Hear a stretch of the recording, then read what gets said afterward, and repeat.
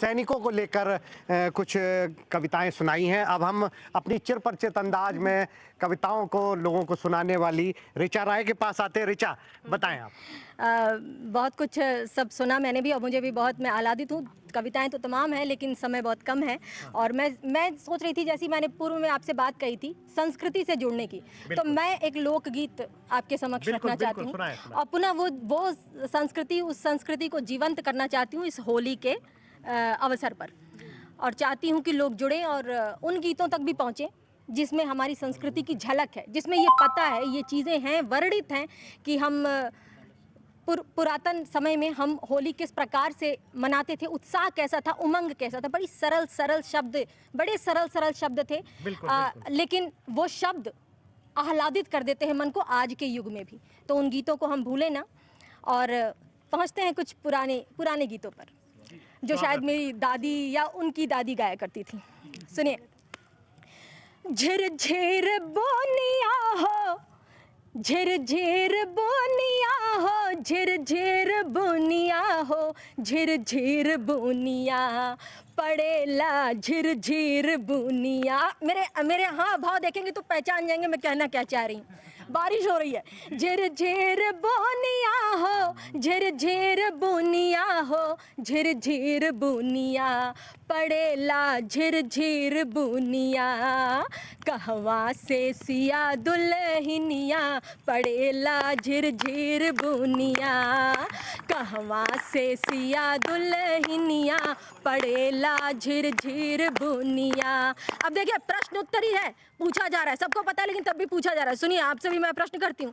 कहवा से अवतरे राम धनुर्धरिया, कहवा से अवतरे राम धनुर्धरिया, कहवा से अवतरे राम धनुर्धरिया, कहवा से अवतरे राम धनुर्धरिया, कहवा से अवतरे राम धनुर्धरिया पड़ेला, झिरझिर बुनिया। कहवा से सिया दुल्हनिया पड़ेला, झिरझिर बुनिया। अब सुने, कहाँ से आ रहे हैं राम जी? कहाँ से आ रहे हैं? कहाँ से आएंगे? अयोध्या से। तो सुनिए, अयोध्या से अवतरे राम धनुर्धरिया, अयोध्या से अवतरे राम धनुर्धरिया, अयोध्या से अवतरे राम धनुर्धरिया, अयोध्या से अवतरे राम धनुर्धरिया, अयोध्या से अवतरे राम धनुर्धरिया पड़ेला, झिरझिर बुनिया। मिथिला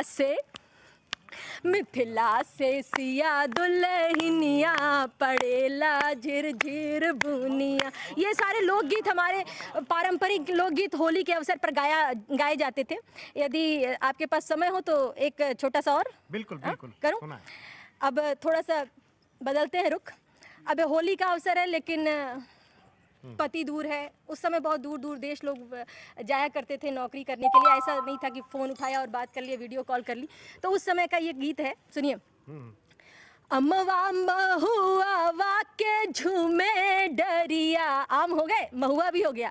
अमवा महुआ के झूमे डरिया, तनिता कना बलम, तनिता कना बलम, तनिता कना बलम हमारे ओरिया। तनिता, ताली बजाए, बलमुआ हमारे ओरिया। इसकी अंतिम पंक्तियां ही प्रेषित करती हूँ क्योंकि समय कम है। कोयली के बोली सुनी मन बउराई गईले, कोयली के बोली सुनी मन बउराई गईले, नहीं अइले हमरो बालम रसिया। जी, नहीं अइले हमरो बालम रसिया। तनिता कना बलम, तनिता कना बलम, तनिता कना बलमुआ हमारे ओरिया।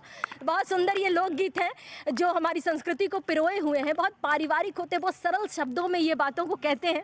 और निश्चय ही हम यदि इन लोकगीतों तक पहुँचे तो हमें अपनी संस्कृति का भान होगा, तो हमें पीछे मुड़ के देखना होगा, हमें अपने मूल को समझना होगा, और तभी हम होली को समझ पाएंगे।